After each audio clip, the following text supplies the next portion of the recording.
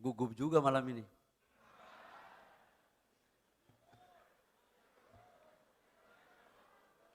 Bismillahirrahmanirrahim. Assalamualaikum warahmatullahi wabarakatuh.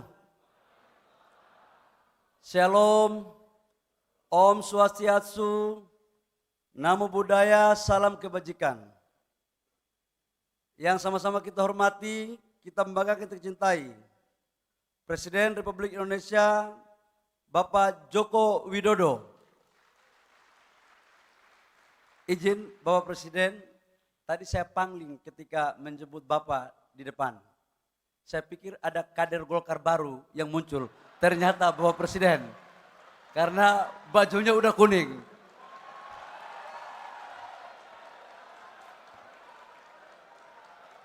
Saya pikir-pikir paten juga barang ini.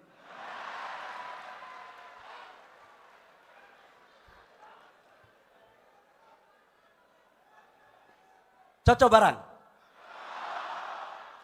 Cukup di hati saja ya. Yang sama-sama kita hormati, Presiden terpilih Indonesia tahun 2024-2029, Bapak Jenderal TNI Purnawirawan Prabowo Subianto, yang juga adalah anak kandung daripada Partai Golkar. Kalau partai yang beliau pimpin sekarang itu partai yang dibangun oleh Bapak Prabowo, tapi yang melahirkan Bapak Prabowo adalah Partai Golkar. Ini sama dengan partai kader kita kan, jadi ada organisasi yang didirikan dan yang mendirikan. Jadi kalau Pak Prabowo yang mendirikan itu adalah Golkar dan kemudian mendirikan adalah Partai Gerindra. Wakil Ketua Umumnya Pak Dasko juga adalah kader Golkar ternyata. Jadi udah betul barang ini kalau jadi presiden. Yang saya hormati Wakil Presiden terpilih Mas Gibran Rakabuming Raka. Mana Pak Mas Wapres tadi? Bajunya warnanya mirip Gerindra Pak. Tidak kuning. Ya nggak apa-apa lah, kita bagi-bagi. Ada yang di kuning, ada di sana.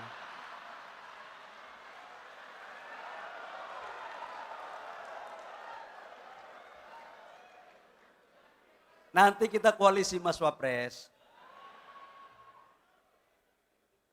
Yang saya hormati para Menteri Kabinet Indonesia Maju, PLT Ketua Umum Partai Golkar 2024, Bapak Agus Gumiwang Kartasasmita, yang saya hormati dan saya muliakan. Tanpa jabatan Bapak 10 hari menjadi PLT Ketua Umum, saya tidak bisa berdiri di sini sebagai Ketua Umum DPP Partai Golkar.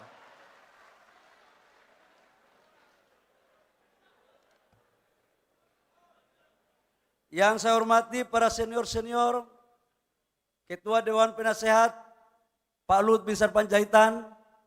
Saya takut betul kalau nggak menyampaikan bisa repot saya nanti besok rapat. Ketua Dewan Pembina ada Pak Abu Rizal Bakri yang tanda tangan SK saya waktu jadi bendahara Golkar Provinsi Papua. Biar jelas, jangan sampai dikirain saya bukan kader kan. Bapak Akbar Tanjung yang mampu membangkitkan Golkar di era terpuruk pada tahun 99-2004. Pak Agung Laksono dan seluruh senior-senior Partai Golkar yang mohon maaf saya tidak sebut satu persatu. Rekan-rekan Ketua Umum Partai Politik, sudah bisa bicara rekan-rekan kan. Kalau kemarin kan belum bisa saya.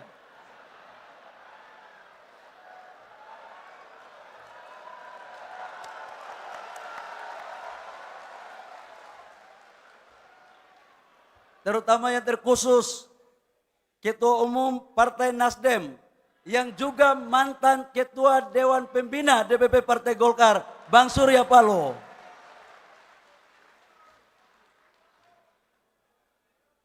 Masih ingat kan Bang Surya? Dengan gagahnya kalau lagi orasi, belajarnya di Partai Golkar.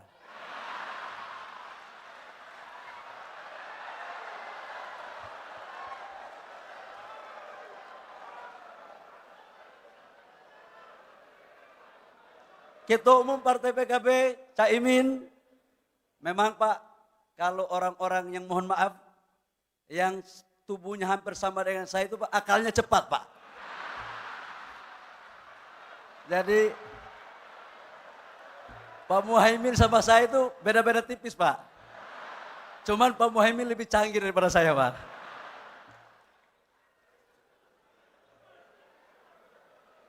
Caimin, sebentar lagi munas Pak.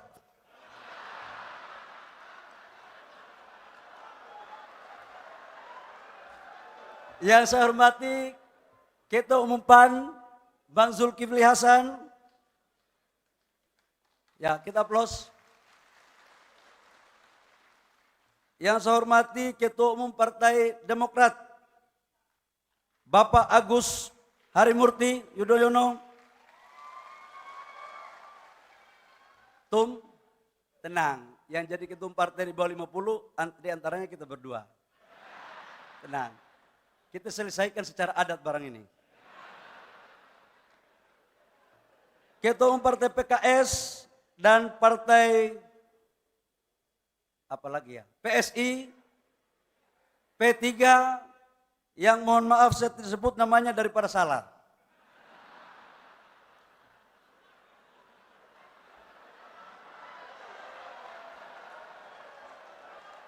Yang saya hormati para anggota DPR RI fraksi Partai Golkar yang hari ini sempat hadir dan besok Golkar akan menjadi partai pemenang kedua di legislatif DPR RI menjadi 102 kursi. Saya dari lubuk hati yang paling dalam saya menyampaikan rasa hormat saya kepada Ketua Umum Golkar terdahulu, abang saya, senior saya, Pak Airlangga Hartarto. Kita berikan aplaus kepada Pak Airlangga.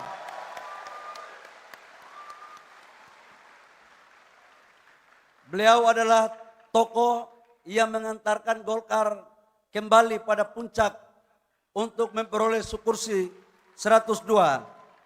Tapi memang Golkar ini Pak, ya dari dulu begini, dinamikanya tinggi sekali. Gitu. Kita pun salah-salah lewat juga kita.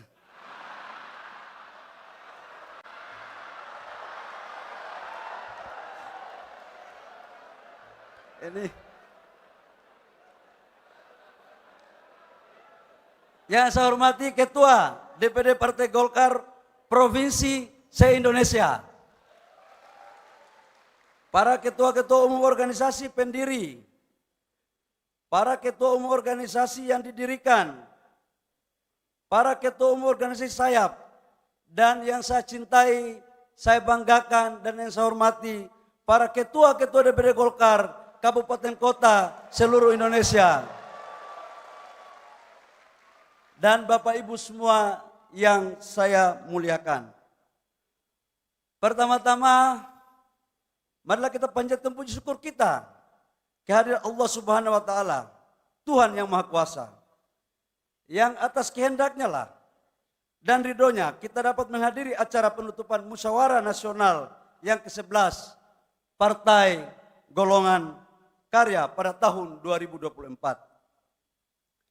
Pada kesempatan yang berbahagia ini, perkenankanlah saya mengucapkan terima kasih sebesar-besarnya kepada keluarga besar Partai Golkar, para ketua DPD tingkat provinsi, para ketua DPD Partai Golkar tingkat kabupaten dan kota seluruh Indonesia,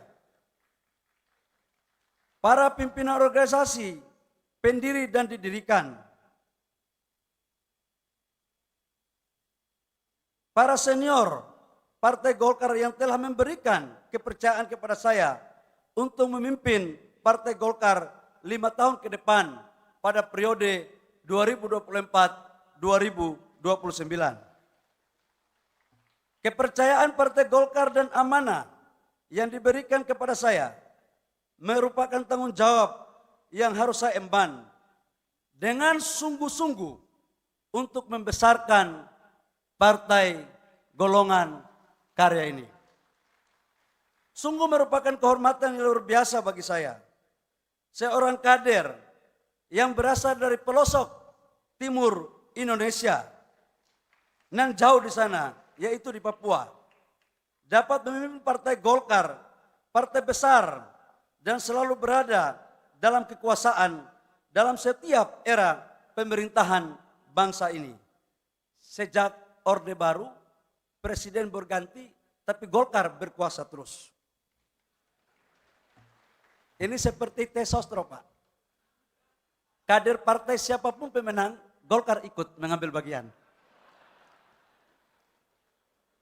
Untuk itu, amanah yang diberikan kepada saya ini tentu akan saya emban dengan penuh tanggung jawab untuk kebesaran, kejayaan Partai Golkar.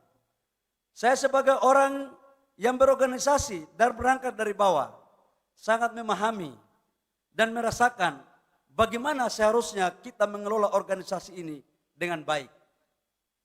Yang tahu daerah provinsi hanyalah kader yang pernah berproses daripada provinsi. Yang tahu kebutuhan kader di DPD 2 hanyalah orang-orang kader yang pernah berproses di daerah. Dan dari semua ketua-ketua umum yang ada, Pak, rasanya belum pernah ada yang memulai dari DPD 2, Pak. Cuman saya dari DPD 1. Bapak Presiden dan hadirin yang kami hormati, Partai Golkar merupakan partai yang berideologi karya kekaryaan. Partai Golkar lahir untuk menghimpun berbagai kekuatan bangsa yang memiliki cita-cita untuk membawa kepada kemajuan bangsa dengan landasan ideologis kekaryaan ini. Partai Golkar merupakan instrumen politik yang diabdikan untuk mendukung perjuangan dalam mewujudkan kemakmuran, kesejahteraan rakyat di negara yang kita cintai ini. Habitatnya Partai Golkar merupakan partai yang selalu berada di dalam kekuasaan. Partai Golkar dalam perjalanan sejarahnya selalu mendorong agar pemerintah dapat berjalan dengan stabil dan efektif, agar pembangunan terutama mendorong pertumbuhan ekonomi yang berkualitas dan merata dapat dirasakan seluruh lapisan masyarakat Indonesia. Partai Golkar merupakan partai yang modern. Sesuai apa yang dipidatokan oleh Bapak Presiden sering mengatakan bahwa ke depan Partai Golkar akan menjadi partai modern, terbuka dan inklusif. Sebagai partai yang inklusif tentu kita perlu terbuka untuk menerima berbagai masukan, pandangan dari kalangan manapun dengan syarat memiliki cita-cita yang sama membangun kemajuan bangsa. Oleh karena itu, izinkan saya untuk menyampaikan mulai hari ini kita harus menghilangkan sekat-sekat faksionalisme di tubuh Partai Golkar. Tidak ada lagi faksi A, faksi B, atau faksi C. Kita adalah Partai Golkar yang ada cuma satu faksi, yaitu faksi Partai Golongan Karya. Kita harus bersatu kembali di seluruh potensi dan kekuatan Partai Golkar demi membangun kembali sebagai partai yang solid dan mengakar dalam berbagai lapisan masyarakat. Banyak juga ini pidatonya. Izin Bapak Presiden terpilih, saya biasanya pidato tidak pakai teks, Pak, tapi daripada takut salah, bahaya. Bapak Presiden dan hadirin yang kami hormati,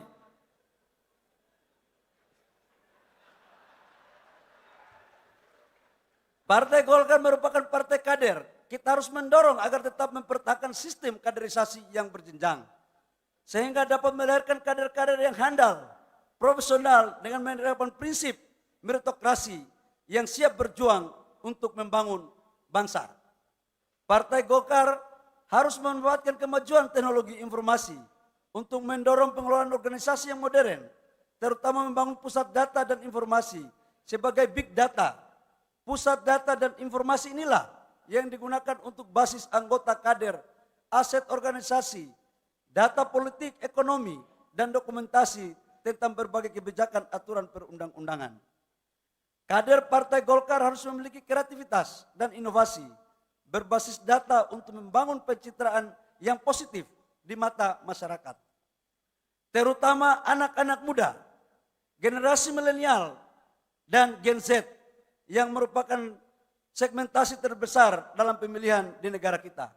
Izin saya mau sampaikan berdasarkan data, pemilu tahun 2029 usia 17 sampai 50 tahun itu 72%. 72%. Jadi ke depan pengurus DPP Golkar, saya izin kepada para senior dan seluruh kader, kita buat ramping saja. Tidak lebih dari 100 orang. Dan usianya di bawah 60 tahun 80%, di atas 60 tahun 20%. Supaya kita transformasi saja. Ya kalau tidak kita dorong begitu Pak, susah kita yang muda-muda ini muncul. Ini aja untung ada Munaslup Pak, kalau tidak ada belum tentu kita jadi ketua umum. Partai Golkar telah memiliki Golkar Institute yang selama ini telah menjalankan perannya sebagai institusi pendidikan bagi anak-anak muda.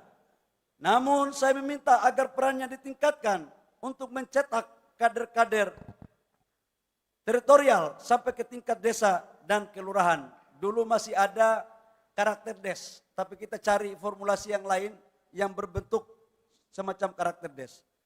Bapak Presiden, hadirin yang saya hormati, pada kesempatan ini saya ingin menegaskan bahwa seluruh kekuatan Partai Golkar harus mengawal pemerintahan Joko Widodo Ma'ruf Amin sampai tuntas.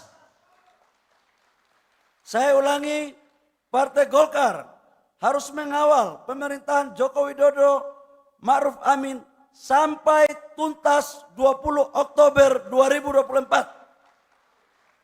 Serta mengawal suksesnya pemerintahan Prabowo Gibran selama 5 tahun ke depan. Dan kalau bagus kita lanjutkan lagi. Cocok? Setuju? Ini Pak Presiden Pak Prabowo ini anak kandung Partai Golkar. Jadi kalau sudah anak kandung mau cari yang mana lagi? Dan sekaligus Partai Golkar berada pada garda terdepan untuk mengamankan, menerjemahkan dan mengeksekusi seluruh program dari kebijakan Bapak Presiden Prabowo dan Mas Gibran. Sekaligus menjadi benteng pertahanan ketika menghalangi ancaman dari dalam maupun dari luar. Apalagi gerakan tambahan. Pak Presiden Pak Prabowo tenang. Golkar sudah ada barang ini. Pak Dasko, yang penting kita bisa bicara baik-baik saja.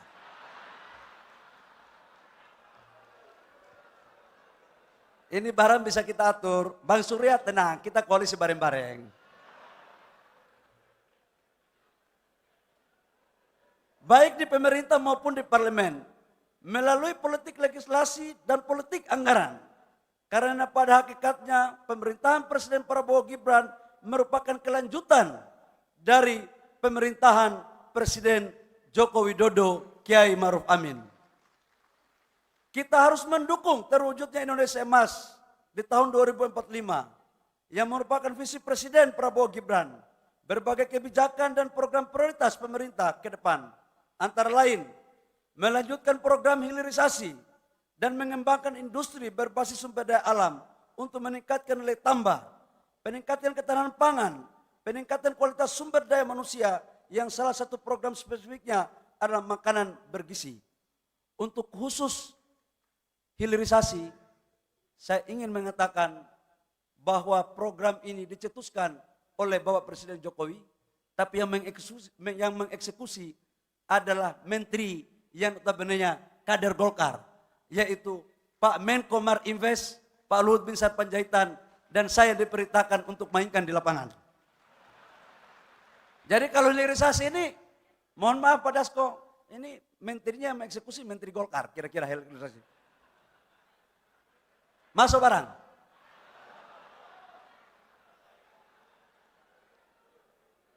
Oleh karena itu, saya meminta kepada seluruh kader Partai Golkar yang telah berjuang dalam Pilpres 2004 yang lalu, yang memenangkan Prabowo Gibran, Mari kita berjuang bersama untuk suksesnya pemerintahan Prabowo Gibran sampai selesai dan insya Allah bisa kita lanjutkan bersama-sama. Bapak Presiden dan hadirin yang kami hormati, di depan mata kita sebentar lagi akan menghadapi pemilihan kepala daerah. Di dalam Munas, karena kemarin sudah dalam berbagai diskusi, perdebatan panjang, kita memasang target. Dan setiap partai politik pasti mempunyai keinginan untuk bisa menang. Kami menargetkan dalam pilkada agar bisa menang minimal 60% dalam konsultasi tersebut. Saya minta kepada seluruh kader Partai Golkar untuk bekerja keras memenangkan calon kepala daerah yang didukung Partai Golkar. Saya akan menuntaskan surat rekomendasi pencalonan kepala daerah sesegera mungkin. Sehingga sebelum tanggal 27 Agustus 2024 kita dapat menyelesaikan B1 KWK yang siap didaftarkan ke KPU. Besok insya Allah kalau tidak ada halangan SK dari Kemenkumham selesai dan langsung kita pengurus yang akan dibentuk pengurus kecil kita tidur di Selipi untuk kita selesaikan B1 KWK untuk yang mau calon-calon bupati, gubernur, wali kota kita berikan. Nanti ketua-ketua DPD 1 harus hadir untuk menyaksikan. Jadi DPP hanya menyaksikan, tapi yang memberikan untuk DPD 2 itu nanti DPD 1. Supaya kita kembalikan dan kita perkuat marwah dan peran DPD 1.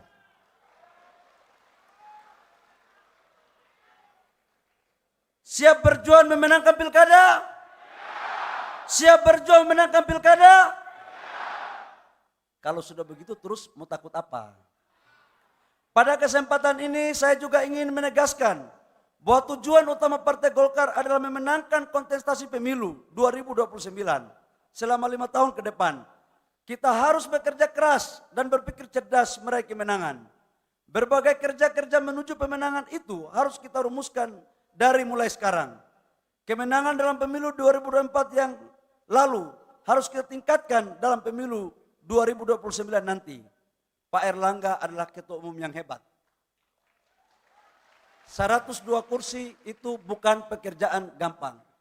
Kita canangkan, insya Allah kalau kita kompak, kita dibantu sama Bapak Presiden Jokowi, kita dibantu sama Bapak Presiden Pak Prabowo, dan seluruhnya, maka saya yakin ke depan kita akan meraih kursi lebih dari 102 yang ada sekarang ini. Oleh karena itu saya mengajak kepada seluruh kader Partai Golkar di seluruh pelosok Nusantara. Mari kita tetap solid, kompak dan bersatu menuju kemenangan Partai Golkar tahun 2029. Tinggal setengah halaman. Bapak Presiden dan hadirin peserta Munas yang berbahagia. Sebelum saya mengakhiri sambutan ini, perkenankan kiranya Bapak Presiden Joko Widodo untuk memberikan arahan kepada kita semua kader Partai Golkar.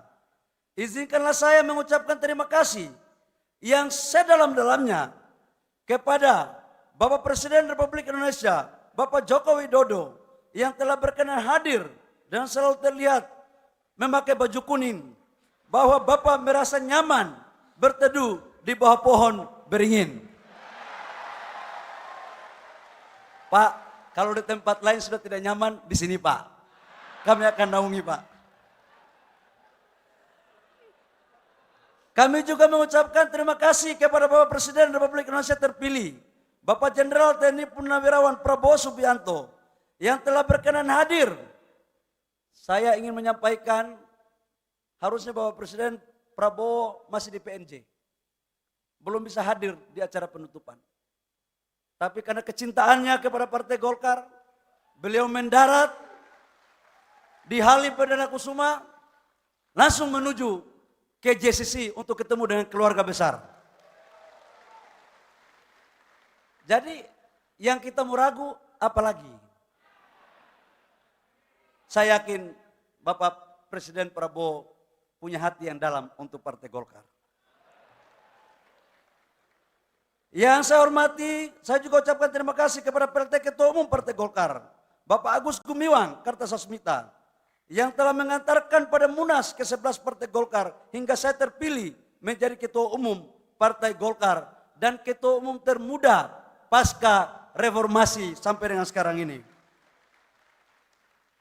Pimpinan sidang Munas ke-11 Partai Golkar, Pak Adis, Pak Aceh, Hasan Sadli, Pak Melki Lakalena, Pak Musa Rajeksa, dan Pak Ilham Permana. Kelihatannya nama ini ditulis agar bisa diingatkan untuk masuk pengurus.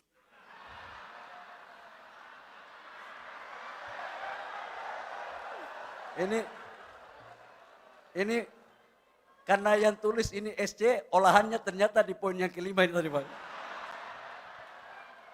Lebih khusus kepada panitia penyelenggara Munas, Pak Bambang Susato dan Ibu Sari Yulianti selaku Ketua OC. Ini juga kelihatannya sama Pak, agar masuk pengurus. Dan seluruh hadirin peserta Munas ke-11 Partai Golkar yang telah melalui proses peralihan kepemimpinan yang baik. Sebelum saya tutup, izinkan saya tutup dengan membaca pantun. Banyak nelayan pakai sampan, di tengah laut berseliweran. Mari bersama kita ke depan, bersatu padu mengawal Pak Prabowo dan Mas Gibran. Ini kelihatannya Mas Gibran sebentar pakai baju kuning ini Pak, sedang mau pakai. Pohon beringin kokoh berdiri, daunnya rimbun teduhkan hati. Mari bersatu padu demi negeri, agar suara Golkar melambung tinggi. Demikian, terima kasih. Saya mohon maaf apabila pidatonya ini terlalu panjang, karena sesungguhnya yang membuat tata tertib Golkar dari SC. Kalau saya tidak membaca ini Pak, dianggap bukan menjadi ketua umum yang sah. Itulah repotnya kita, harus tertib dengan protokol. Saya mengakhiri sambutan saya pada malam hari ini dengan mengucapkan wabillahi taufiq wal hidayah. Wassalamualaikum warahmatullahi wabarakatuh. Shalom. Om Santi Santi Om. Namo Buddhaya. Salam kebajikan.